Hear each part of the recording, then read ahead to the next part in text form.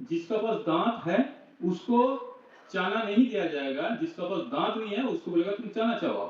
तो ये बात हो गया था और वही चीज आज तक चल रहा है। और अभी जो बात हुआ कि 50% का जो भी सिलसिला था या परसेंटेज था, वो 52% का परसेंटेज तब खत्म हो गया जब ईडब्ल्यूएस का रिजर्वेशन 10% फिर दे दिया। अभी ईडब्ल्यूएस का रिजर्वेशन आने में दो मुद्दा हमारे सामने आ गया। एक तो है कि जब ओबीसी का सेंसस नहीं हुआ, अभी तक सेंसस गवर्नमेंट ने नहीं किया, हुआ नहीं ये बोलेंगे तो हम गलत बोलेंगे, अभी तक नहीं किया, तो बिना किए और हमारा रिजर्वेशन नहीं दे रहे हैं, तो ईडब्ल्यूएस का सेंसस कब हुआ? जब ईडब्ल्यूएस का भी सेंसस नहीं हुआ तो उसका 10% कैसे सेट हो गया? और उसका जब 10% दे रहे हैं 50% से ऊपर उठ के, तो हमारा 52% को क्यों नहीं दे रहे? तो इसलिए एक भाई अभी बताया कि हमको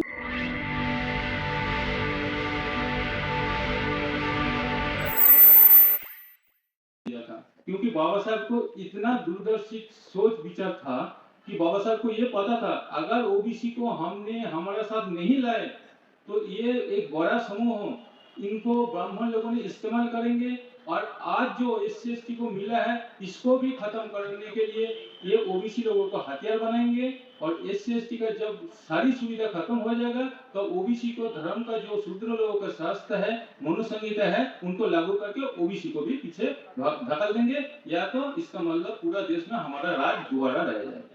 ये बात बाबा साहब को तब पता था, बाबा साहब उसके लिए तब से तब्दील शुरू कर दिया था, तब से काम शुरू कर दिया था और उस काम में रुकावट शुरू किया था, रुकावट दिया था कि पहला प्रधानमंत्री जो था जवाहरलाल नेहरू ने, बाबा साहब उस वक्त रिजाइन देके आ गया था और बाबा साहब ओबीसी को जगाने का काम शुरू किया था, उसको रोकने के लिए भी लोगों ने काम किया था। वो ओबीसी के लिए फिर कमेटी बैठे, कमेटी को कैसे कैसे रोक दिया, फिर दोबारा मंडल कमीशन आया, मंडल कमीशन को भी कैसे रोक दिया।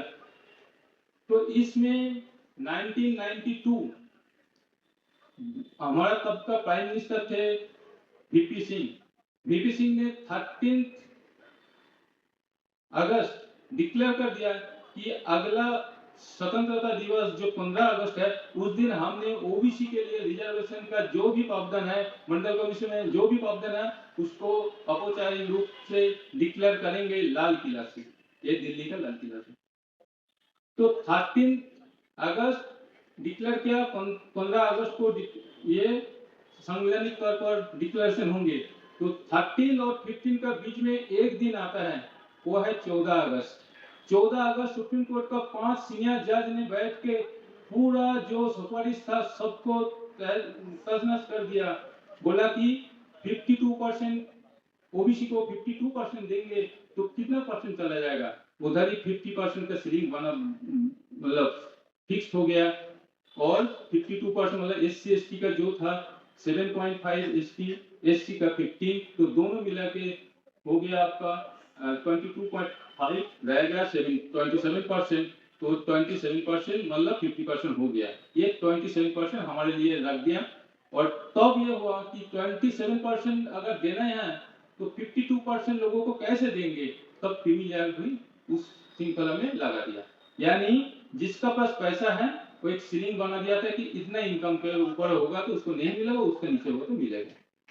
तो इसका मतलब है जिसका पास पैसा है, जो बच्चे को अच्छा सा शिक्षा दे सकेगा, जो अच्छा मतलब कसली पढ़ाई लिखाई जो है, जो महंगा वाला पढ़ाई लिखाई जैसे मैनेजमेंट है, डॉक्टरी है, इंजीनियरिंग है, वो लोगों को जो करवाएंगे उनको रिजर्वेशन नहीं मिलेगा, क्योंकि उसको बच्चे को बोला जाएगा कि तुम्हारा घर का इनकम ज्यादा है इसमें नहीं मिलेगा। और जो गरीब तबके के बच्चे होंगे ओबीसी में, जो गरीब होंगे, जिसके पास पैसा नहीं है, जिसका पास इतना महंगा महंगा स्कूलों कॉलेजों में या यूनिवर्सिटी में पढ़ने का क्षमता नहीं है, उनको बोलेगा रिजर्वेशन है। इसका मतलब जिसका पास दांत है उसको चाना नहीं दिया जाएगा, जिसका पास दांत नहीं है उसको बोलेगा तुम चाना चबाओ। तो ये बात हो गया था और वही चीज आज तक चल रहा है।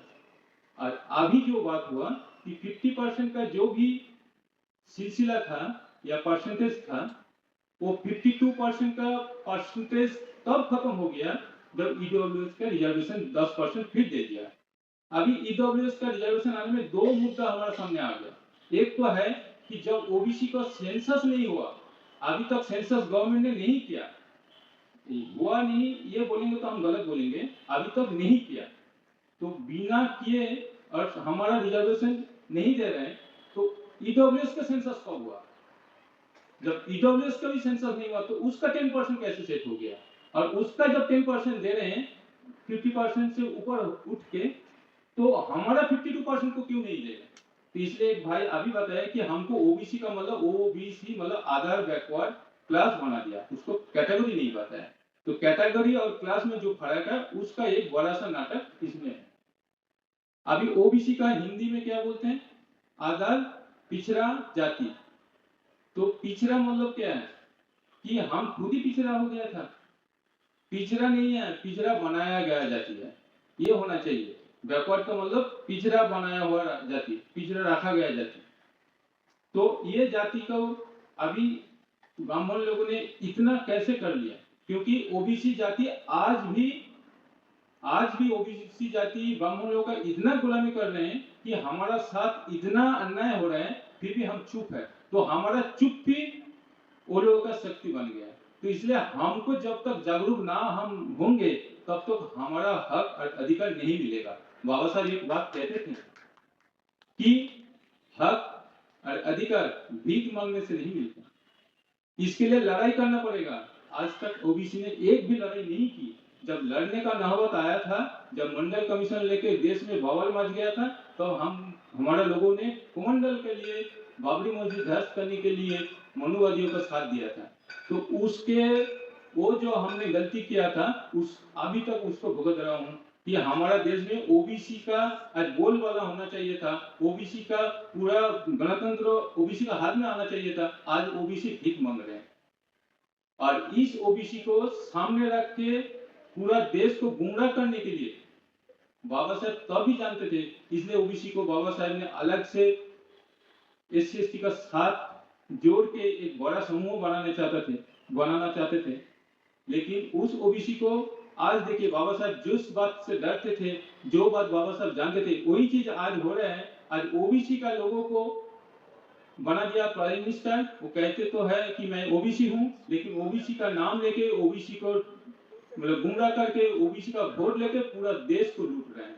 पूरा एससी एसटी का भी मतलब जो हक अधिकार है खत्म कर रहे हैं, माइनॉरिटीज का हक अधिकार खत्म कर रहे हैं। और ऊपर से ओबीसी का जो 52% है वो तो दे ही नहीं रहा है, ऊपर से उसका साथ बोलता है माइनॉरिटी को भी डाल दो।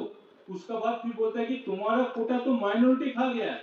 इसका मतलब फिर माइनॉरिटी का साथ हमारा जो ओबीसी का लोग है, ये ओबीसी और माइनॉरिटी का बीच में लड़ाई लड़ाने का एक षड्यंत्र चल रहा है। तो ये भी समझना चाहिए।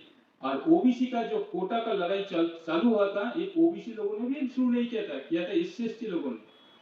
तो एससी एसटी लोगों से मेरा अपील है कि आज भी आप ओबीसी लोगों को समझाइए कि ये आपका हक का लड़ाई है, इसमें कम्युनल लड़ाई का बात नहीं है। अगर मुस्लिम लोगों को भी या तो क्रिश्चियन लोगों को भी अगर इसमें शामिल करे तो और बड़ी बात है कि आपस में लड़ना नहीं है, ऊपर से इनको साथ जोड़ो और परसेंटेज बढ़ जाएगा तो हम ज्यादा परसेंटेज का डिमांड करें।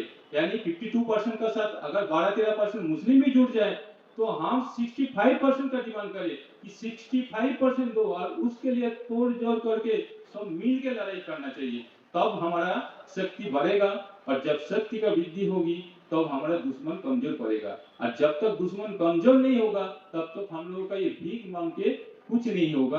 तो मैं ये चाहता हूँ कि हमारा जो हमारा राष्ट्रीय अध्यक्ष ने थोड़ी बात पहले ही बताया कि अनुयायी बनना है, फॉलोअर्स नहीं बनना है।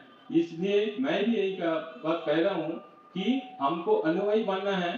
तो ये काम को एक प्लानिंग का तौर पर एक्सेप्ट करना है कि हम कैसे ये 52% कहने तो है 52%, इस 52% लोगों को एक साथ कैसे लाएं।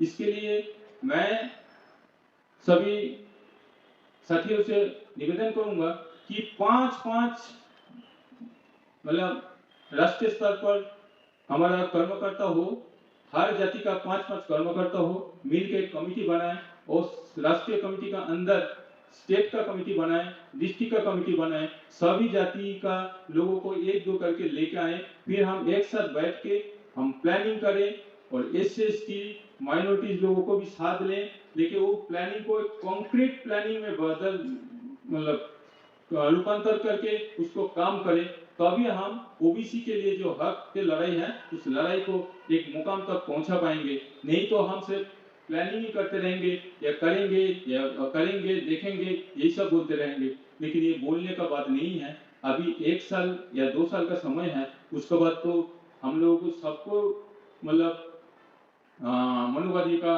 मतलब अत्याचार और मनुवादी का जो टॉर्चर है उसमें जिंदगी जीना पड़ेगा।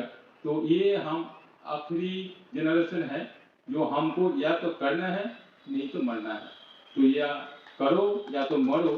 इस दुविधा में रह के, इस बीच में रह के आज हमारा एक ही मकसद होना चाहिए कि एक टाइम का अंदर ये प्लानिंग कर ले कि हम क्या करें। तो मैं इस मन से सबका सामने ये घोषणा करना चाहता हूँ कि ये ऐलान करना चाहता हूँ कि अगला जो हमारा राष्ट्रीय अधिवेशन होंगे तब ये जो 5-5 जाति का, जो भी मैं कह रहा हूँ हर जाति से 5-5 लोगों का एक ग्रुप बने और राष्ट्रीय स्तर पर, स्टेट लेवल तक, डिस्ट्रिक्ट लेवल तक ये सब का लेके ऐसा राष्ट्रीय अधिवेशन करें जहां ओबीसी लोगों का भरमार हो, ओबीसी लोगों का पूरा भरा हुआ हो, ऐसा होना चाहिए। जब तक ओबीसी समाज आगे नहीं आएंगे तब तक हमारा ये जो जन आंदोलन का जो लड़ाई हमने लड़ने के लिए तैयार हो रहे हैं हम, ये कामयाब नहीं हो पाएगा। इसलिए मेरा बात आप लोगों ने ध्यान से सुना और अब सबको इसलिए मैं क्रांतिकारी अभिनंदन देता हूँ। जय भीम, जय भारत, जय संविधान।